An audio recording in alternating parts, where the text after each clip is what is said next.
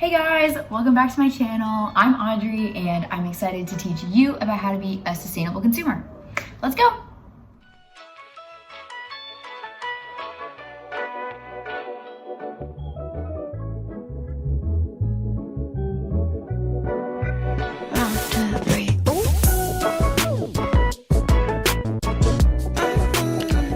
So if you're watching this video, you're probably wondering, what is the truth about Nike? What could be wrong with the world's largest sports brand? Well, let's dive in a little, shall we?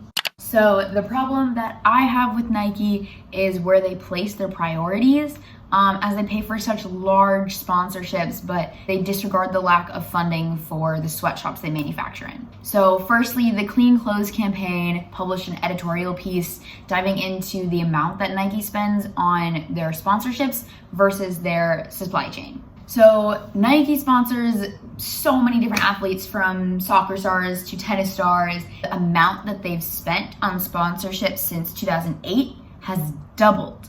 While this has been happening, the pay that their garment workers in their supply chain has decreased by 30%. And a lot of their production happens in Indonesia, where the workers are paid $94 to $231 per month. And this doesn't even cover the basic needs to live a healthy lifestyle. Studies show that a sustainable quality of life would only be maintained with at least $420 per month, which is double what they're being currently paid. And many workers don't even receive the legal minimum wage. In 2011, Nike signed with the Indonesian Freedom of Associated Protocol to protect their labor rights and their union rights for their workers, but recently they've really backed off of this process, and they've even refused labor right experts from assessing their supply chain. So this shows how Nike really prioritizes their sponsorships and the marketing over the actual ethics of the company and the treatment of their garment workers in their supply chain. Secondly, Nike has repeatedly mistreated their pregnant athletes. In 2010, Nike stopped paying Cara Goucher, a cross-country runner, when she became pregnant, and so then she ended up leaving the company in 2014. Alicia Montano, a track and field athlete, was told by Nike that she wouldn't get paid if she became pregnant, and probably the most publicized example of Nike mistreating their pregnant athletes is with Allyson Felix. She hid her pregnancy from Nike as long as she possibly could because she admitted being in fear of her pay being cut or her sponsorship being taken away. When Allyson Felix had her baby 3 months later, Nike updated their pregnant athlete policies, but she'd already switched companies. She switched to Athleta, a female empowerment geared brand, and Allyson Felix precedented Simone Biles switching from Nike to Athleta, showing just how much Nike's values surrounding female empowerment are probably just performative and not very genuine. I found 3 sustainable and accessible brands that you can use to replace Nike with that are also at a very similar price range. So the products I was looking at were athletic wear, which Nikes are $40 to $100, shoes, which are $90 to $200, swimwear, which is $40 to $90, and sweats, which is $60 to $120. So the first sustainable brand that I found that had similar products to Nike is called Girlfriend Collective. Their price range is really similar, and this brand is known for making athletic wear out of recycled water bottles, so that's really cool. So far, they have recycled 4.7 million plastic water bottles and prevented over 3.6 million pounds of CO2 emissions. And they've also saved over 7.3 million gallons of water.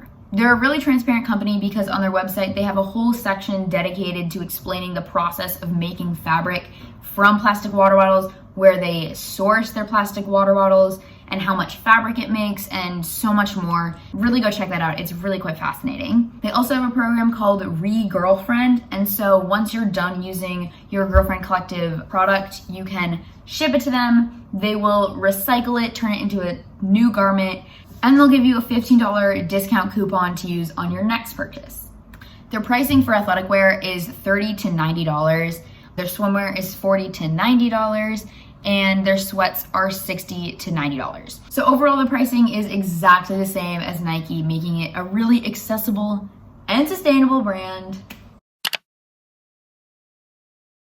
So the second brand that I picked was Patagonia. This brand is super well known for their outdoorsy clothes suited for adventure.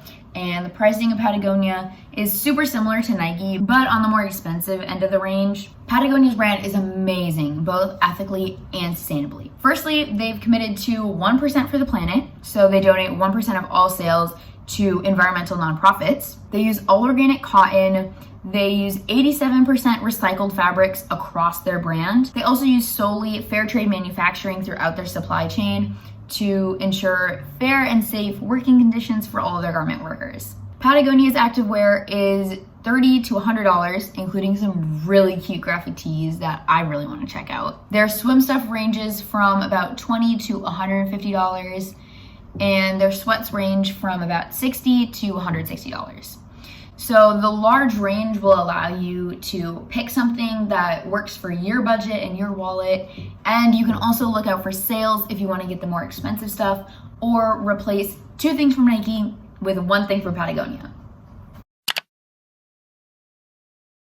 The last brand that I found that I'll mention is called Organic Basics, and this has a whole range of, well, basics. This brand stuff is very similarly priced to Nike, but is again on just like the more expensive end of the range. Organic Basics uses a low impact website to save energy while you're shopping. They ensure a living wage for all of their garment workers, and they give their employees full benefits throughout the entire supply chain. They also use eco-friendly and organic materials for all of their products. The price range for their athletic wear is $70 to $100. Their swim stuff is $50 to $120, and their sweats are about $90 to $200. So the price range, again, will let you choose what's best for you. I hope you enjoyed this video, and just disclaimer, this video is purely for educational purposes and it's about spreading awareness about sustainable brands because they're hard to find at prices that are affordable and accessible for everyone, and sustainability can be really expensive. And so you really don't need to be perfect. Like I said in my last video, if you can just replace 1 fast fashion thing with 1 thing from a sustainable brand, that is such a good first step. And always look out for sales and discounts, especially if things are on the more expensive end. If you really want to buy name brand stuff and you know it's a fast fashion brand, try thrifting it. You can look at Depop or ThredUp, but whenever you thrift, make sure to thrift responsibly. I like to use this graphic. And anyways, I hope you all enjoyed this video and will be a more conscious consumer in the future. Please leave a like and subscribe to my channel. Drop any questions you have in the comments. And if you have a brand you want me to do in the future, comment that as well. Thank you so much for watching. See you in the next video. Bye.